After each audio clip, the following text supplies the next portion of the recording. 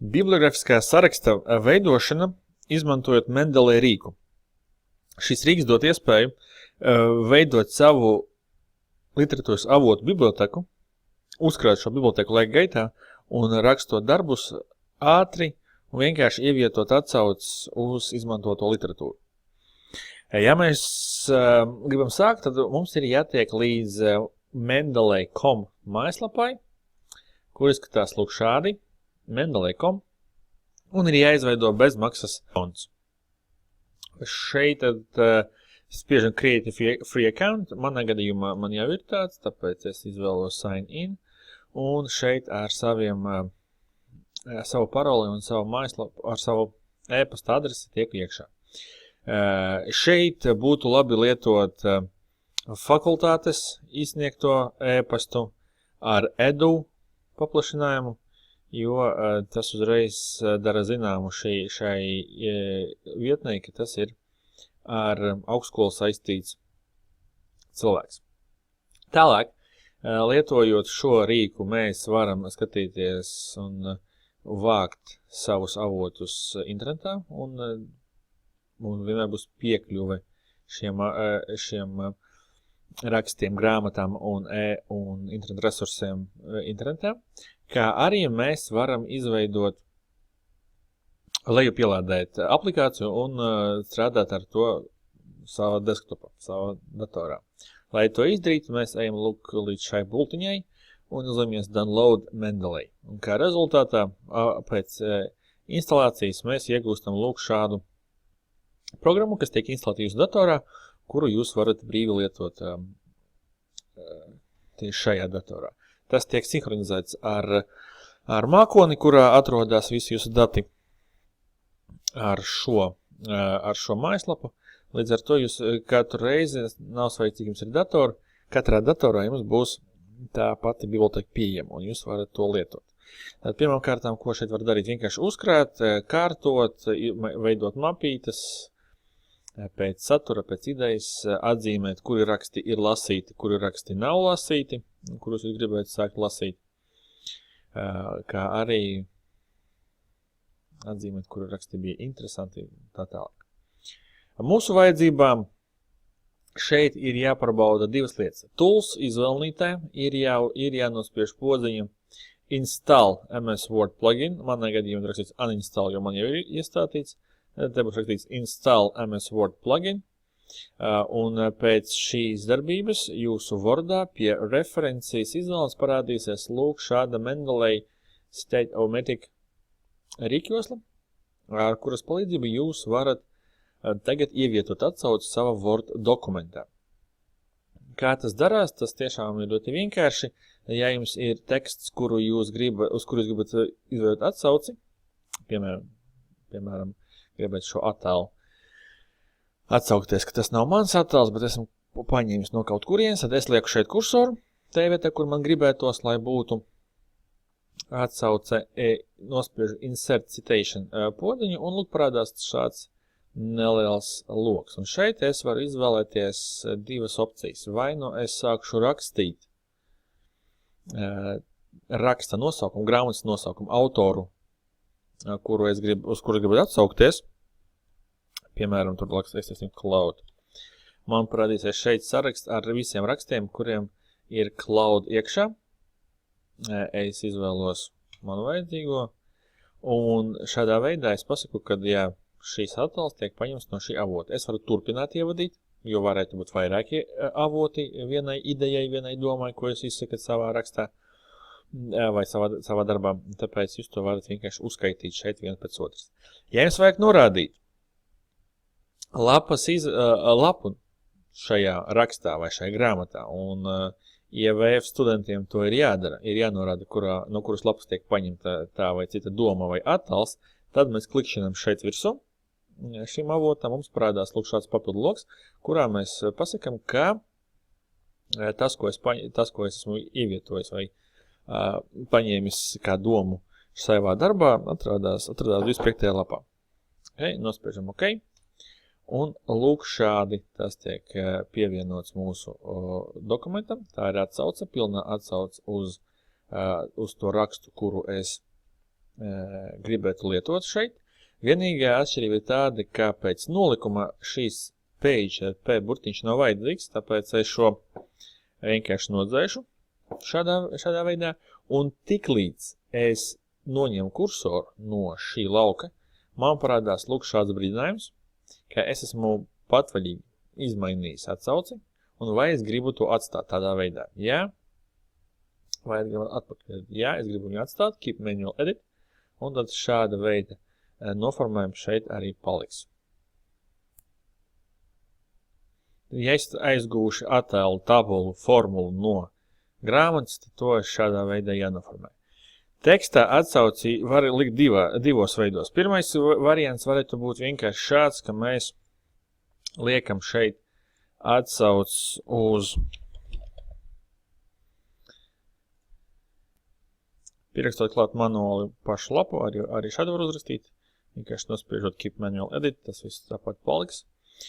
Šāda veida atsauc nozīmē, ka jūs esat aizņēmis ideju no šī avota, bet esat to pārstāstījis ar saviem vārdiem. Bet, ja esat kaut ko pārrakstījis viens pret vienu, tad šāda veida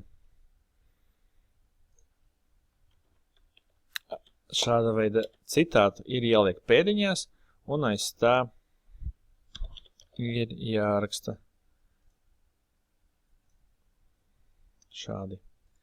Tā atsauc arī lapas numurs.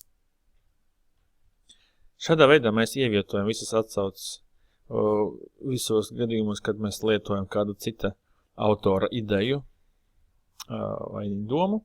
Un tād pašās beigās, pat neobligāti, ka beigās, tur, kur mums paredzēts bibliografiskais saraksts, mēs nospiežam šo podziņu, insert bibliography, un rezultātā šeit parādās visa izmantota literatūra. Pietām šis lauks automātiski apdeitojās, tiklīdz jūs ievietojat jaunus avotus. Tā kā pēc būtības jūs tiešām varat ievietot šo lauku pašā sākumā, un tad, liekot iekšā tekstā atsaucas, šīs saraksts automātiski atjaunināsies, un katru reizi mēs redzēsim jaunus avotus ievietotus vajadzīgai vietā alfabēta kārtībā. Šādi. Vēl viens veids, kā jūs varat ievietot atsauci, ja jūs nezināt tekstu nosaukumu, tad jūs varat nospiest Go to Mendeley, šādi, viņš jums atvērs Mendeley, jūs varat izvēlēties avotu, kuru jūs gribat, un nospiest šo podziņu Cite, un lūk šeit parādīsies atsauce uz šo avotu. Jūs varat pierakstīt lapu, kurā jūs paņēmāt šo ideju, keep manual edit, un ja mēs paskatīsimies apakšā līdz mūsu sarakstam, tad jā, lūk, mūsu čants uzreiz šeit arī parādās, un tad viss automātiski apdeitojās. Šādā veidā jūs varat veidot savu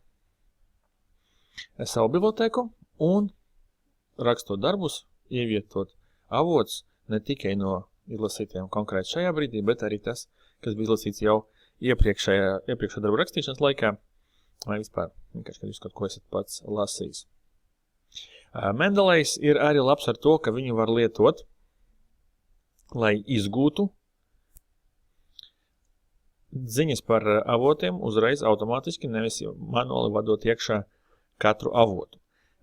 Tas, protams, strādā tikai ar internetu resursiem, un konkrēti vislabāk tas darbojās ar rakstiem, kuri glabājās elektroniskajās datubāzēs. Tad, ja jūs lietojat Ortus bibliotēku, elektroniskos resursus, tad katrā no šīm datubāzēm ir iespēja izgūt vai nu uzreiz iebūvēt iekšā mājaslapā, vai jūs arī varat, izmantojot Mendeley rīku Tools Install Web Importer, jūs varat importēt lūk šādu podziņu savā pārlūkā, un šī podziņa automātiski mēģinās izgūt ziņas par rakstu, kas tobrīd atrodas uz ekrāna. Piemēram, ja jūs lietojat Science Direct datubāzi, šeit, ja jūs meklējat kaut kādu rakstu un atradis kaut ko, kas jums liekas interesants, kuru jūs gribat izlasīt vēlāk, vai jums liekas, ka tas ir noderīgs jūsu darbam, ko jūs tagad veicat, tad lūk, atverot šo rakstu šeit, jūs varat eksportēt ziņas uz Mendeley šādi, un tas automātiski tiks nogādāts jūsu bibliotekā ar visām ziņām par autoru, ar informāciju par žurnālu, ko tas publicēs, lapas pusēm, DOI un ISSN numuriem. Ja, un tas automātiski tiek nogādāts arī tur. Kā strādā šī podziņa, tad ja jums ir kāds raksts, teiksim, blogos vai citā internet resursā, tad nospēr šo podziņu. Mendeleys mēģinās izgūt informāciju no šī avota. Viņam tas nesanāk pietiekami labi. URL viņš saprot, virsrakstu arī atrod.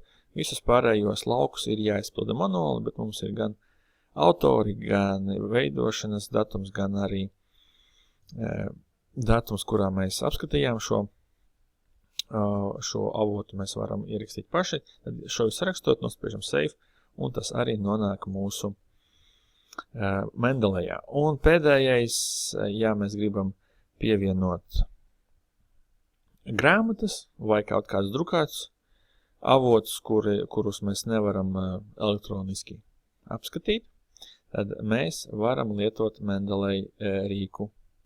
Un tas atrodas šeit, File, Add Entry Manually. Šādi.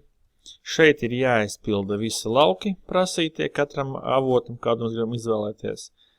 Piemēram, ja mēs gribam grāmatu, izvēlamies grāmatu un ievadam šeit datus katrā laukā, kas tiek prasīta, ko mēs atrodam grāmatā, nospējam save un šis parādās mūsu sarakstā.